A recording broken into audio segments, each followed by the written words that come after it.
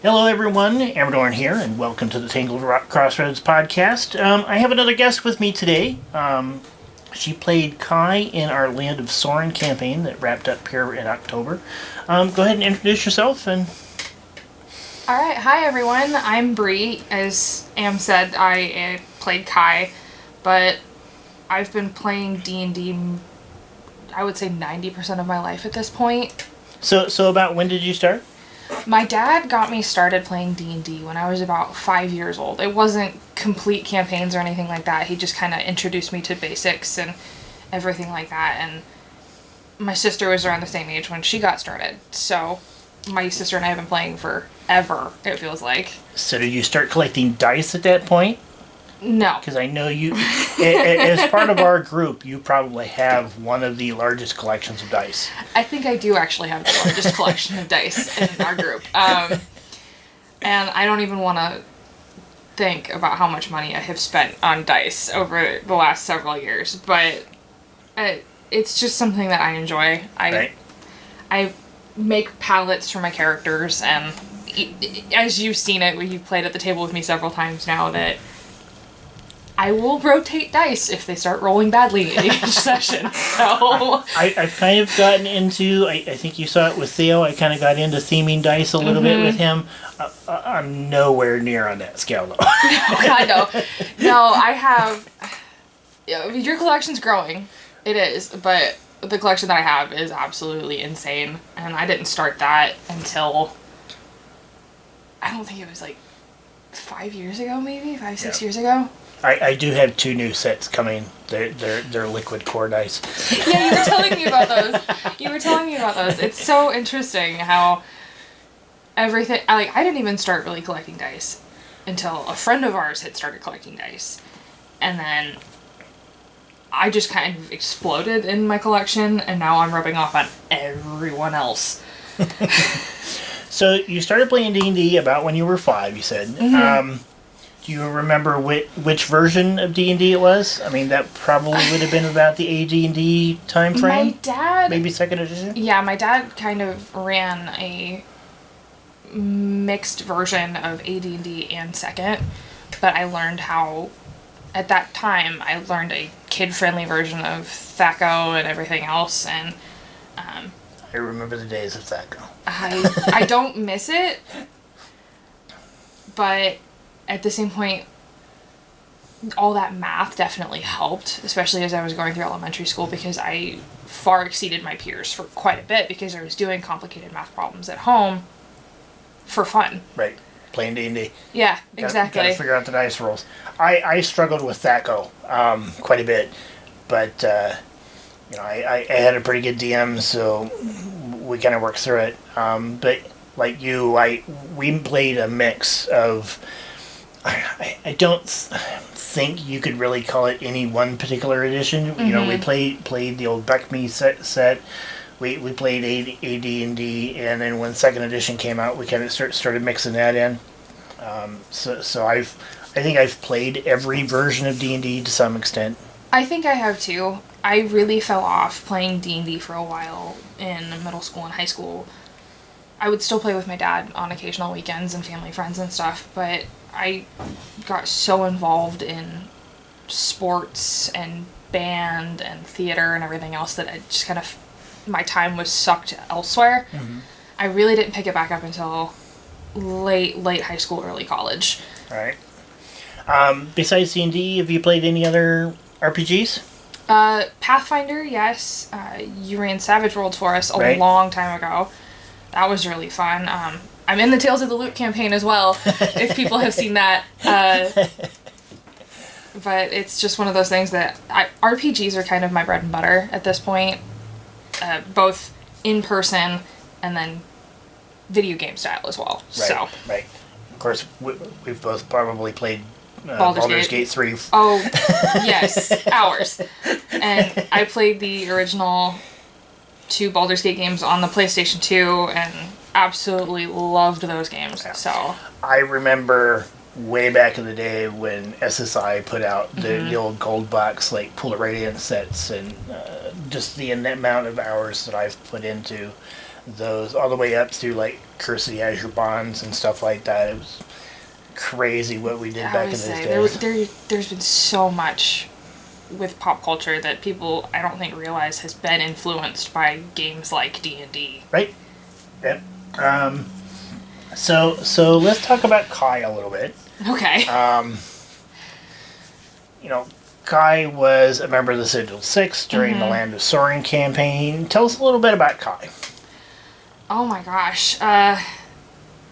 We picked up kind of late in the campaign for some of the stuff that we touched on with Kai, but Kai was one of the youngest in her family, and she idolized her grandfather, who had been an adventurer, and that was a big part of her going out, was that she wanted to try and find him, because her family thought he was nuts.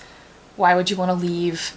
Her older brother had left and joined the Navy, and her older sister had gotten married and was settling down in the same village, but her younger sister had, well, younger-ish, they were twins, almost identical.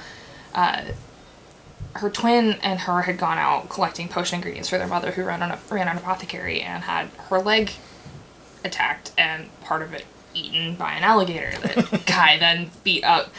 So if you can't tell, Kai was a monk, and I was strongly influenced by Marisha Ray and Beauregard Lionette when I created Kai in the Way of the Cobalt Soul.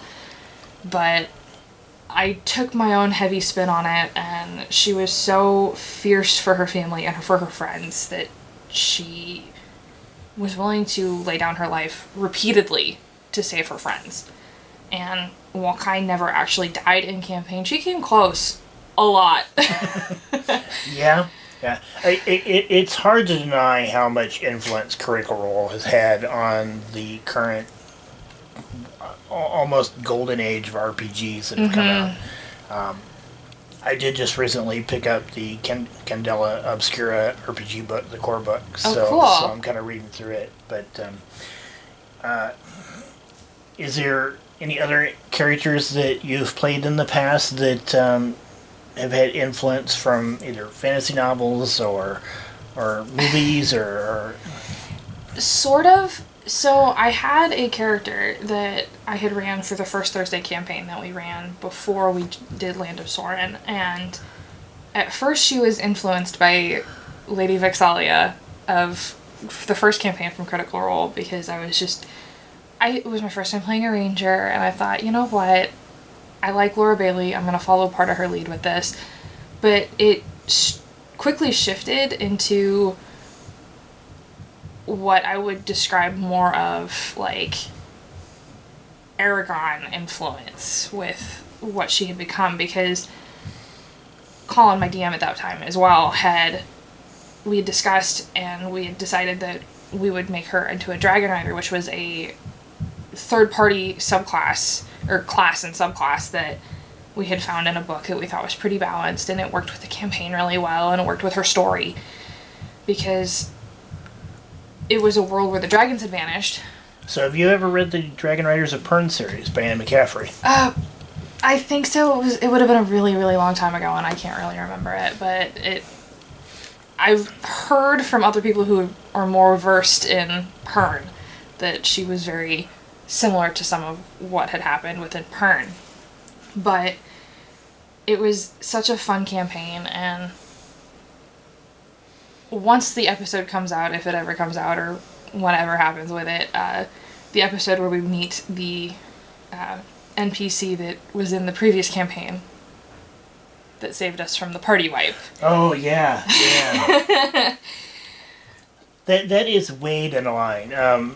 Yeah, and for those of you who have paid any attention to the Land of Soren series, that campaign lasted about 3 years, but I've only put out about 15 episodes of that series, and there's like 115 sessions of game that we actually played over that 3 years. I think so. So there's still a lot of footage that needs to come out for that. There was a lot.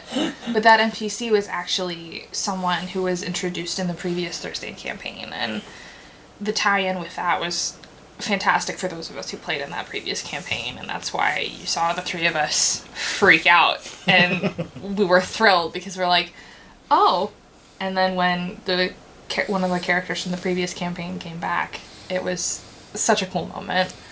Kind of curious if we're going to see any of that in the next campaign that he runs. I wonder, especially with how it ended. Yep. And the implications of some of what went on.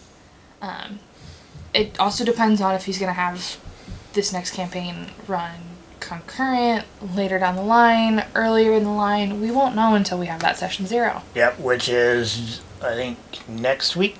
The Thursday before Christmas. Right. That's going to be fun. I'm very excited. It's going to be a fun campaign. I'm looking forward to my character for that. There's more Critical Role influence coming in that one as well. But I don't want to say too much because you're playing in that one too. Right. So we've talked a little bit about Kai, and you've mentioned that you kind of theme your dice sets. Yes. Did Kai have a dice set theme? She did. So her robes were orange with red hints, and her hair was a bright, fiery red, but there was also hints of blue for the Cobalt Soul. So a lot of the die sets that I used for her were orange, some red, and a few blue, with occasional hints of green because she grew up in a swamp.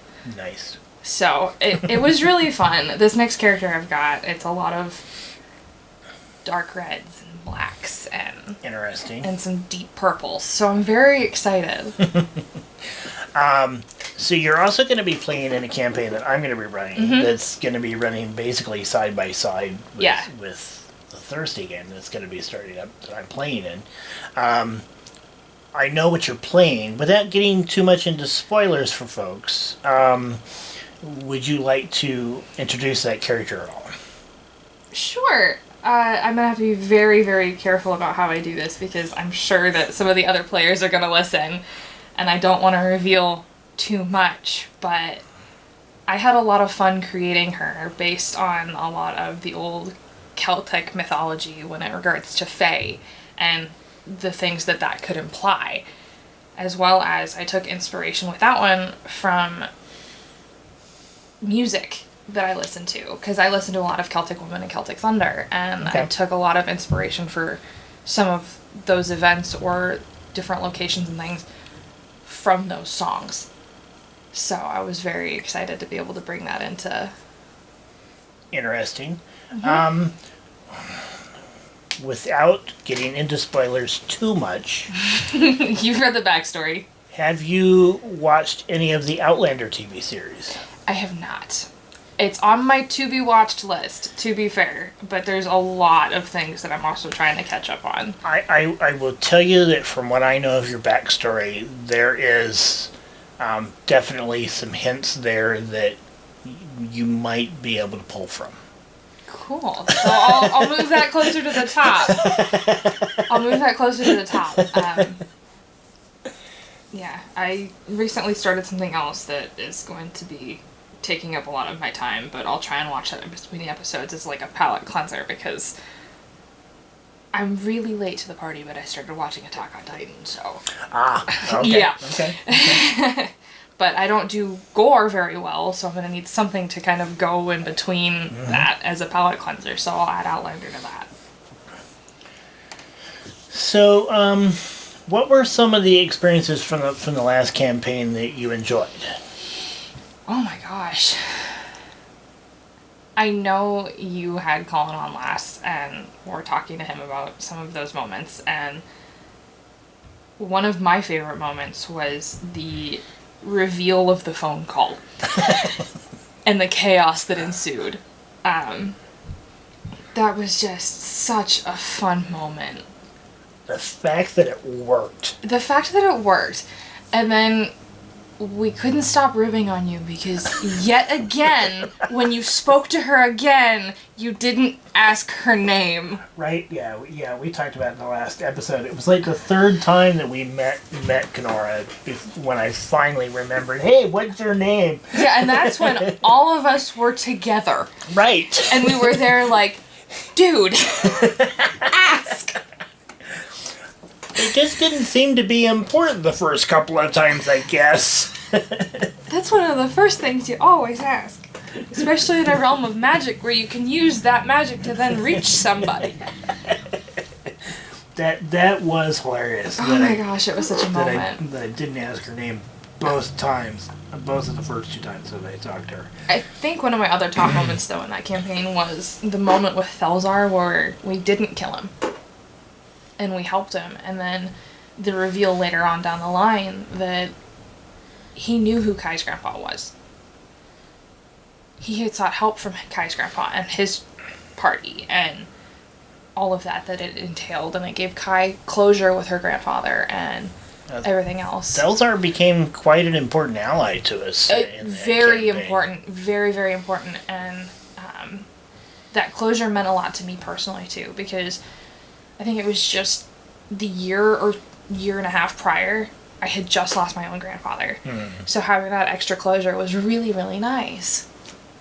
Yeah, I mean, now, as we go back and think about it, that campaign, during that campaign, I lost both of my parents during that campaign. My mother passed away and my stepfather passed away. So that there, besides the great memories of the campaign, the friendship and stuff that we had around the table helped get through some of that stuff. Yeah, yeah. Having my friends around during moments like that has been absolutely key. Because otherwise I'd lose it. Yeah. That's one nice thing about the D&D group that we have. We're not just a random group of players. No, we're all really, really good friends. Yeah, I mean, you grew up in front of me, basically. Yeah. So because I worked with your dad. You did, and it's really funny. Okay, so listeners, it's a really funny story about how I met Am for the first time because he worked with my dad, and my dad was teaching me to get into Magic the Gathering and everything else, and you were selling cards at that point in time, and we first met when I was around 7 years old, and my dad got my first cards from you, and I still have most of those cards. So, I mean, it's really funny, but yeah, I did basically grow up in front of you. And we kind of lost touch for a little bit because your dad left the company that we worked for. And then you started coming to the shop. And you didn't realize who I was at first. It took me a couple of visits for you to get here before I realized, oh my, you've grown up. Yeah, because at that point it had been over 10 years. Yeah. I think it was close to, I want to say it was like 13, 14 years when I first started coming back and you finally realized who I was again. Yep. Because I think it was close to like 2021 and I was coming back down fairly regularly, playing in different games and everything else, and it kind of hit for you.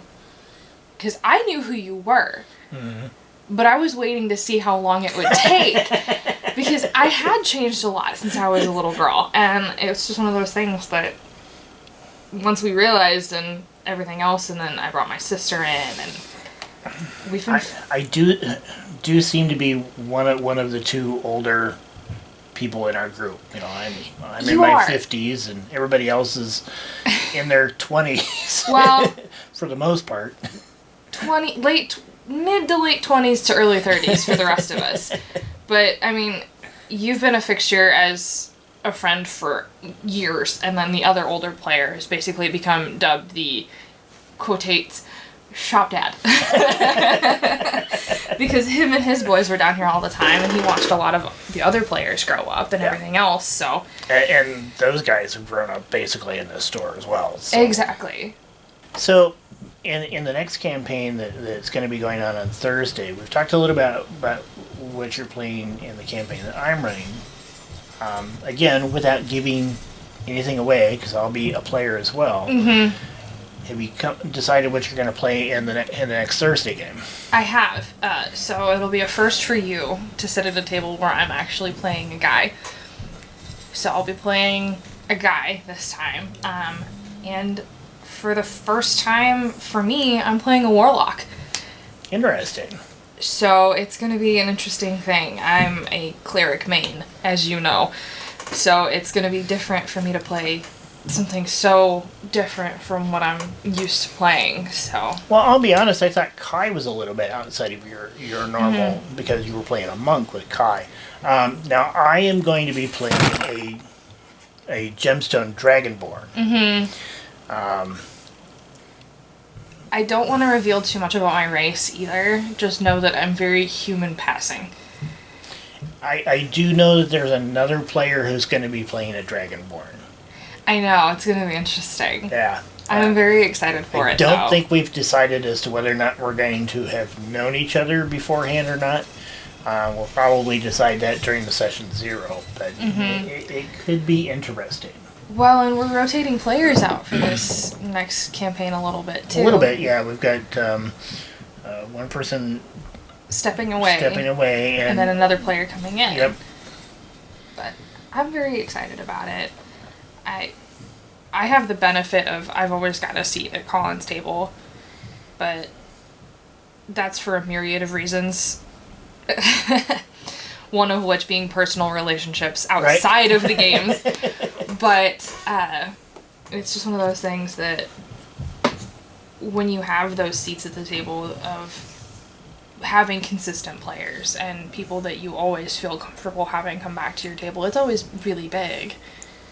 So, speaking of influences outside of the game, have you had any experiences where things that have happened in game have affected your outlook on certain things in real life, or maybe there has been some sort of crossover between the two?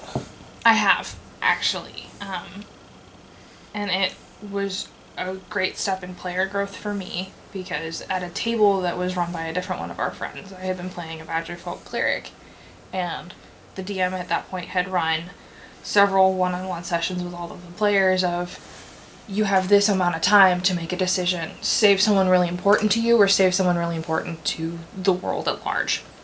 And my character had sacrificed her sister to save her princess. Oh, that brings back some dark feelings about the Thursday campaign, since I basically sacrificed your brother. Yeah. But he had decided and told his partner, who was also a player at the table, that they weren't actually dead. My character freaked out, and I almost started PvP, because I was absolutely livid. Because her sister had meant so much to her. So it was one of those moments where the line got blurred there for a little bit. But I came back the next week. I was upfront about my mistakes. I apologized to everyone, both personally and to the table, because it wasn't fair to everybody else. I get emotionally invested in my characters. Not everyone does. And it wasn't fair for me to take that out on everyone else. Yep. Kind of like when I blew up the tower. That was that was a frustration part, and we talked about that in the last episode where we were talking about player agency and some of the crazy things that Theo did. So you had so many harebrained ideas. I was surprised half of them worked. But, I mean, I can't say for certain that it was just you who had harebrained schemes, because our other player, Troy, had just as many harebrained ideas. Mm-hmm. And at the end of the campaign especially. You got creative with the dynamite, that's for sure. You both did. We did. We really did. And that was a team effort. But as soon as he had started asking about certain things, I knew immediately what he was planning, because I've sat at a table with Troy for so long now that I'm able to kind of pick up what little clues he's giving me of, okay, this is the plan. How can I help? Right. Now, he ran a game for us not too long ago where we were both players. Yes. I was playing a wizard who... a swole wizard. ended up being largely a fighter at the end of... I think Lausian had more levels in fighter at the end of that campaign. I think he did too. Wizard. I think he did too. Because of that sword. But that sword was such a huge thing for you. But you were the only one in the party who could wield it. Right, because I was the only one whose alignment was true neutral. Mm-hmm. Because I was neutral good. Yep. And I was, at that point, of course, also running a cleric. But I was running a dwarven forge cleric who, at the very end of the campaign, dipped 3 levels into artificer. because I wanted that armor bonus with the everything else and some of the spells that came with that. And I had already taken a cleric to level 20 before, and I wasn't opposed to doing that again, but some of the stuff with Artificer just made so much sense with Forge Cleric that I just kind of went with it. Right. Yeah, that sword, the Sword of Answering, and having it be true neutral, and Lousy being the only one to be able to wield it, it just kind of made sense that he took it. But without the levels of fighter, it was kind of a pointless weapon. So it kind of felt like I needed to take the levels. And then, of course, we got the belt. Yeah, you had to get the belt because you couldn't lift it. I think it was the lowest giant strength belt. Yeah, because it was Hill, right? Yeah, I think it was Hill Giant or something like that. But, yeah, which gave me a crazy attack rating. It did, especially with that sword. And you also had Warcaster, I think, too, didn't you? Yeah, I ended up taking Warcaster so that... You had all kinds of different ways you could do stuff. And being able to use the Sword of Answering on an attack of opportunity. And for you listeners, I'm going to say this. As someone who mains clerics, there's a lot of ways to play clerics. But the way I played this cleric, she wasn't a heal bot. She wasn't someone who was playing support. She was a frontline, I'm gonna beat your face in tank. And especially late in game, with the ability to take a tiny piece of metal and then make a giant amount of it, she had made adamantine armor for herself. Mm-hmm. And at the very end of the campaign, her AC was well over 30 as a base. Right. It was absolutely nuts. And I loved playing her. But she was also a challenge because of the amount of times that she would butt heads with certain members of the group and their crazy antics, because she was very rigid and very by the book. And well, that game basically ended up taking us to the Feywild and stuff. Oh like yeah, that. We were in the Feywild for a while, and we had fought Tharizdun, which was a rework of one of the really, really old AD&D modules, which I still have a copy at home. Yep, so do I. And within that, it was just one of those things that our druid, who was the epitome of chaos in our group, tried to give Tharizdun a bubble bath with the spell Tidal Wave and a bar soap. Oh, Drya. That and the Quiver of Clutter that was a magic item specific just for that character. Yeah. There's times I miss the chaos of that group. That game was just pure chaos. It was fun. It was really good fun. It was a good way to just kind of let loose. Yeah. But it's not my typical style when I play. I'm usually more of, I'm the hero, let's get this done. Right. Not, I'm going to go run around and do everything. And I'll be honest, with Theo, I let my hair down with him. You really did. He was so much fun. Yeah. He was so much fun. And I was trying a lot of different things with Theo. And I'm kind of looking forward to the next one. I haven't even named him yet. I haven't come up with a name or a backstory. Because I'm kind of waiting until we find out more about where we're going to be situated in the new game. So, with this new Thursday character, I have a name. I also have quite a bit of things within my backstory already fleshed out, just not typed out, because I want to know more about the area that we'll be in before I completely decide on everything. But this character was basically set about this character was decided upon about halfway through the previous Thursday campaign. Oh, yeah? So this character has been in the wings, waiting for a very long time. Yeah, I really didn't settle on this character until relatively recently. Because at one point I really thought, well, I was going to dig out Keth and pull Keth out. Oh my gosh. Do you really want to play two kids in a row, though? That was really the thing that kind of decided, no, I'm not going to play Keth. Because Keth is a barbarian. Mm-hmm. He was actually younger than Theo. And Theo was 13. Right. So, I mean, it was like 11 or 12 or something like that. But the idea of playing two kids back to back and basically having another chaos character, because that's Keth. Oh, yeah. Kaz is just pure chaos. I've seen him at the table before. He's fun. But oh my lord, he's chaos. Chaos incarnate. So I kind of wanted to step back with that. I will say this new character is going to be very much older. Like, late 60s, early 70s. Okay.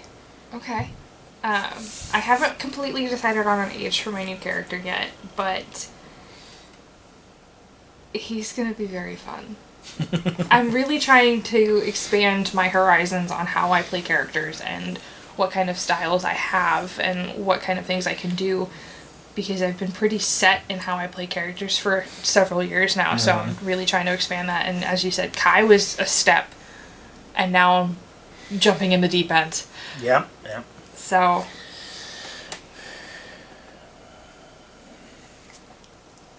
So, with all that in mind, have you picked out a dice set for your next character?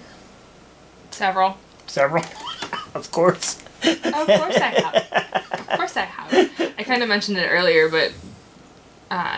so for the one I'm playing for you, I already have, like, a dice set that's kind of tied in with, like, a lot of pinks and greens and kind of all that stuff, because she's a druid. So I'm like, okay, I'll tie in with some of that, but there's also going to be that darker side because of the subclass that you're letting me play. Right. Because we're not going with a standard one. We're going with something. No, we're going with a third-party class. Right. It's the Age of Antiquities book, which was absolutely fantastic. And which kind of fits with the setting that I'm running, because the continent where my campaign is going to be based is very much a ancient Europe or early Middle Ages Europe analog. You know, we've got Greeks, we've got Romans, we've got the Celts, the Vikings, you know. And we're starting in a Viking area, but as of right now, none of us are from there. Right? That really threw me. It's like, you know, after everybody made their characters, I was thinking, like, well, maybe I should have just let everybody make their characters and then decide where we're going to do the setting. But I think it'll work out in the end. I do really like how the one story beat of part of my character, I don't want to say too much, but part of my character and then a reappearance within some standing stones. That is just well within the lore of the Celts and the Vikings and everything else. It's just beautiful, and I can't wait to play with that. Has Jenna told you much about her character yet? Not really, just that he's a ranger and is also from the area that my character's from. But I can't say too much more because... Right. We can't give away too much. Exactly, because a lot of my character's backstory is very hinged on things that happened and different events, but the timelines don't always match up for how old she looks. And it's going to be very interesting to play with that. Yeah, I don't, you know, much like the Land of Sworn stuff, I don't know if I'll get it out in a timely fashion, but I would like to record that and put it out on the channel for folks to listen to as part of the podcast series. Or you know, if we don't put out full episodes, maybe we'll have some discussion sessions where some of the players get together and talk about it here on the podcast. Please, that'd be so much fun. And it's another group of just super fun, we've known each other forever kind of group. And for two of us, I've known one of the other ones her entire life. Yeah, because it's my sister. My little sister. So it's always really fun to have that and to have the family connection to come down and play. And so, growing up, did you and your sister play D&D or RPGs together frequently, or? We did, actually. When we weren't usually at the table, we were playing. A lot of the times we played 2-player on the old Baldur's Gate PlayStation games. There you go. So we really got into it. We know those first maps. We could probably do them in our sleep. It's just one of those things. We did that a lot, and we had a lot of fun with it. That's our good. brother wasn't as into it, and still isn't. He knows how to play, but he just doesn't. He's not as into it. Right. But Yeah, my sister and I have played games like this pretty much since we could figure it out. So. Let's talk about Dragonlance a little bit. Oh, God. Okay. I know you're a big fan of Dragonlance. I am. Got any favorite characters? Oh, gosh. So, it might surprise you a little bit, but I'm actually a really big fan of Tass. Really? Yeah, I really like Tasselhoff. He's really funny, and I think the reason I like him so much is because anytime something happens with him, it just makes me laugh. Right. And it's to a point that Troy, one of our other players, knows I really like Dragonlance. He's way more into it than I am. He knows I enjoy it, though. And yeah, I am planning on having Troy on here to basically have a session where he just goes to town with Dragonlance. Oh, please. That'd be so good. But one year for Christmas, he actually found an old pewter Tasselhoff figure, still in box. It's at home with my D&D stuff. Oh, nice. It's so cool. And he knows that I love Tass, so it was one of those things that he just found that for me, and I wasn't expecting it, but I appreciate it so much. While I'm familiar with Dragonlance, I've never been a huge fan of it. As I mentioned earlier, I was more a fan of the Dragon Riders of Pern series by Anne McCaffrey. I did watch the animated movie that was made of Dragonlance many years ago that we won't talk too much about. Yeah, probably for the best there. I'll let Troy go over that one. Yeah, he's got a lot of opinions about that one. But Dragonlance is a good series. I mean, it's very enjoyable, especially for high fantasy for what it is. Yep. And TSR did put out a fairly nice series of modules for it. Yes, and as a group, a lot of us had decided to get Troy that. I think it was for Christmas one year. Yep. We bought him. I think it was almost not everything. All of them. We got him, I think, the first 16 modules for sure, with a couple of extra bonuses, and you gave him a bag with it all and everything else. But it was kind of our way of saying thanks and just saying, here, we know you like this. We found a deal. Right. And that was pretty fun giving him that. Oh my gosh, it was so much fun. The emotion that he had that night was just... It's nice to see it sometimes. Right. Are there any other series that you enjoy? So, not a surprise to you. I'm a huge Lord of the Rings nerd. Absolutely huge Lord of the Rings nerd. And then... But, no, I'm a huge Lord of the Rings fan. And then, for a lot of other fantasy stuff, like, I like Skyrim a lot. I like a lot of my peers of my age group got really sucked into it when I first came out. And then... I gotta ask, Loot Horde? Oh, you know it. You know it. I have all the mods installed that lets me just wander around picking up everything. I think I have walked from one end of Skyrim to the other at really slow pace because I was just weighted down with every little cup and saucer I could pick up. It's really funny because one of the characters I created, I nicknamed them the Roomba because they were just picking up everything. Everything that wasn't a theft item was in their inventory. It was just... And even then there was several theft items in there. It didn't matter. It's fine. But it's just one of those things that the high fantasy games like that, or high fantasy novels or things like that where there's dragons or other magic or things like that, it's probably going to pull me in pretty quickly. Right. Some of my friends are actually encouraging me to read A Court of Thorns and Roses, and I have a feeling I'll get started just after New Year's. But that's another long series, so... I have been going back through the Rift War saga. Oh, wow. Yeah. I'm about to finish the Serpent War set, which is the fourth or fifth trilogy within the set. And that's pretty good. So I've really been enjoying that. It's taken me about 6 months to get through to that.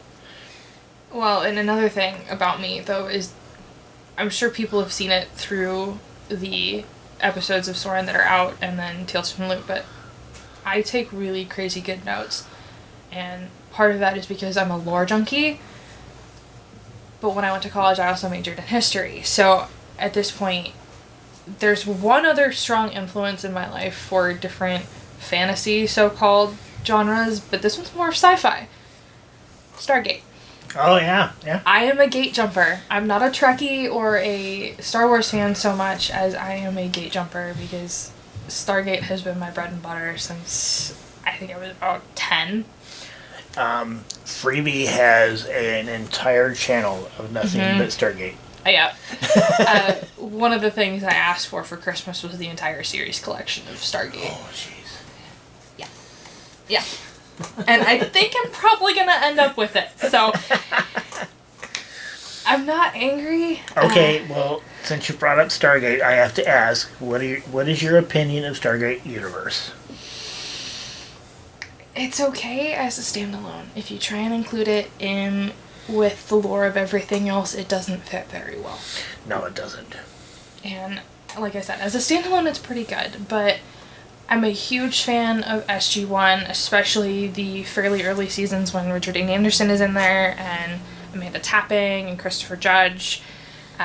The original SG-1 team is just my favorite, but I do like how they transition everything then into Atlantis, because it's telling the story, but it's telling it concurrently at points, but also tying them in together.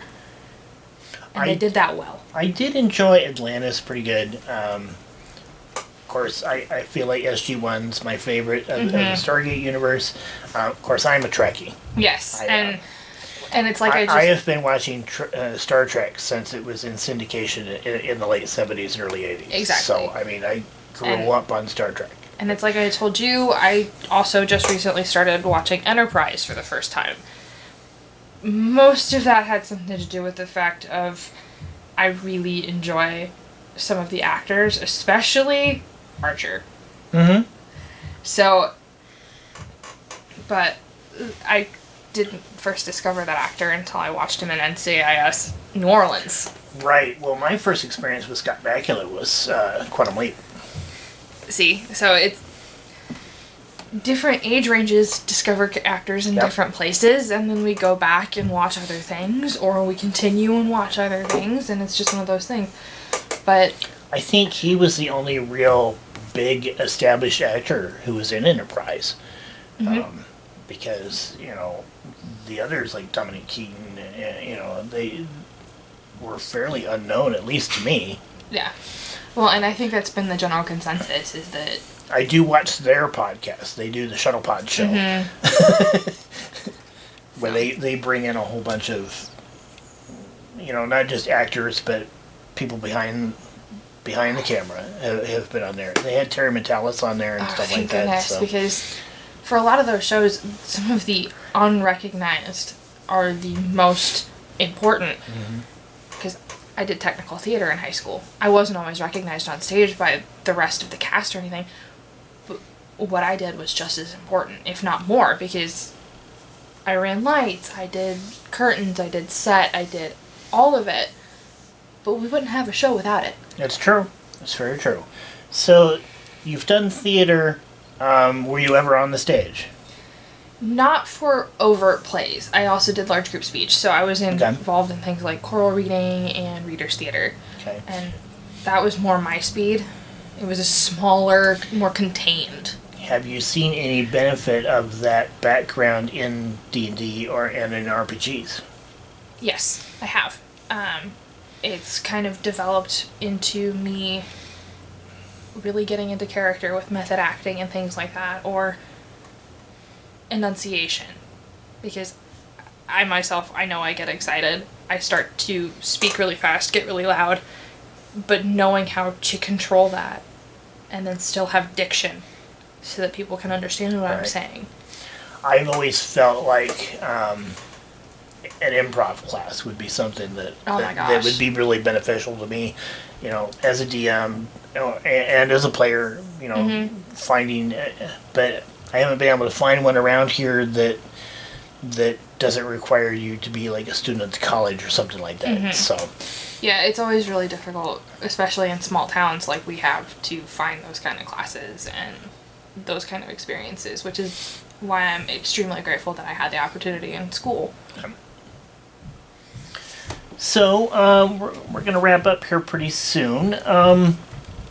Kind of going back, we've talked a little bit about your character Kai and other past characters and past experiences with the game and with other tabletop RPGs. Of course, we've talked about your dice collection.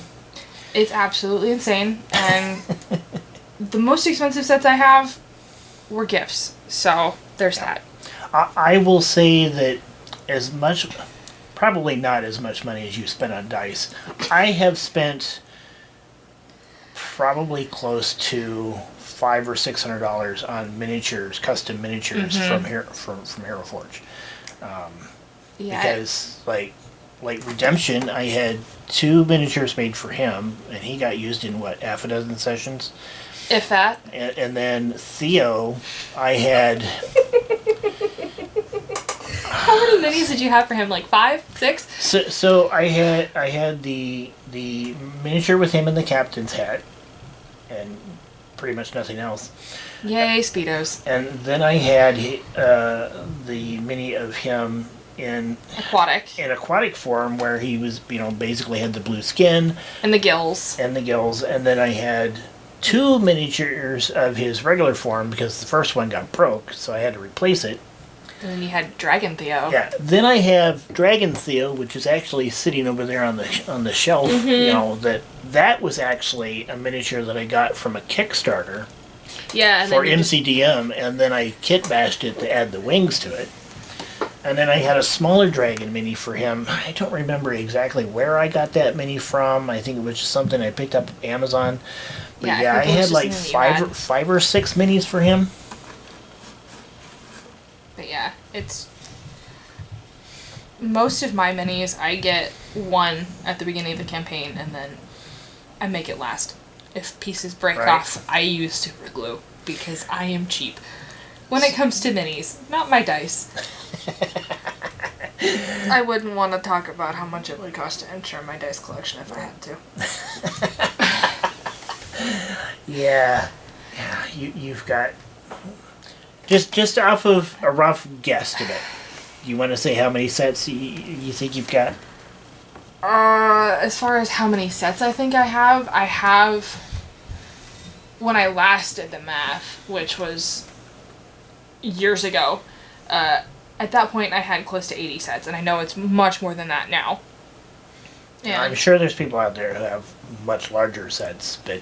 Yes, but a lot of the sets that I got, I had also made at the point I thought it was a good decision, and then later on down the line I realized it was probably not such a great decision to go with the Kraken Dice Kickstarter, and I spent way too much money on that.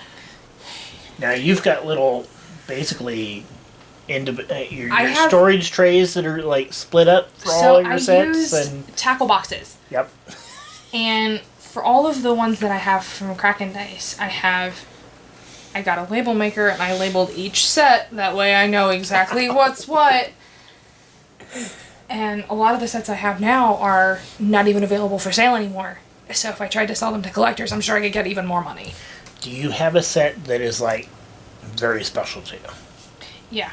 Actually, my first dice set that I got from my dad. And it's old school dice. So it's like the old solid blue. Yep. I have a set of those, and those mean so much to me because they came from my dad. Right. I do have a set of dice that are from my original box set, the red box set that Frank Metzner wrote. I have that set, plus I have the 2 prototype D20s that I got going to GaryCon and going to the Franken party at GaryCon. Yeah. And meeting Frank and several other people who, like, basically created D&D way back when. So... those are kind of the dice that are very special to me. And I mean, I have other dice sets that mean a lot. Some of the gift sets that I have, I've got some gemstone sets that mean quite a bit to me because of who I got them from. And then I also have other dice sets that some I've gotten from friends, some I've gotten from partners, and things like that. So those dice sets are always gonna mean something to me. So, but within my collection, there's so many sets. It's pretty bad. And I did actually just give out a bunch of dice from my personal collection to a bunch of college students who are learning to play D&D for the first time. And I don't think that even made a dent. No. Not even close. Now I know David has quite a few sets. And he's gotten rid of a lot, too. Yeah, because I ended up buying several from him to have here at the store to sell. But then he's collected more to replace those. He even ended up buying back some of the sets that I had bought from him. Of course he did. Of course he did. But yeah, I'm called the Dice Goblin in the group, but I don't see myself as a goblin so much as a dice dragon, and I hoard them. Well, you got to have those nice clickety-clackety mass rocks. I mean, exactly. You got to have those. And some of the ones I have legitimately look like candy. They don't taste like it, though. Well, thank you for stopping by and sitting down and having a chat with me. Today, we're definitely going to have you back, and we'll talk about things, and looking forward to the next campaigns. Yes, I'm always excited to sit at a table and play again. So, do you have any reservations about playing 2 games back to back every week? No.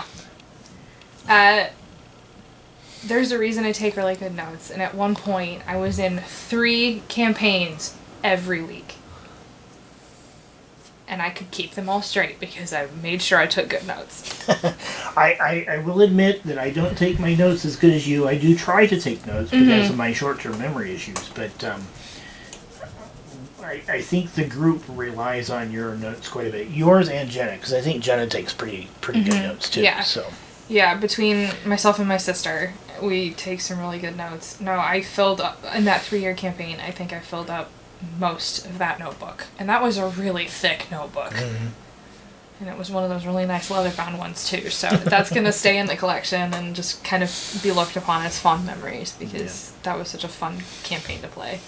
Well, again, thanks for stopping by. I think we're going to wrap up here. I think we're out of time for this one. So until next time, everybody have a good one, and we'll see you. Goodbye.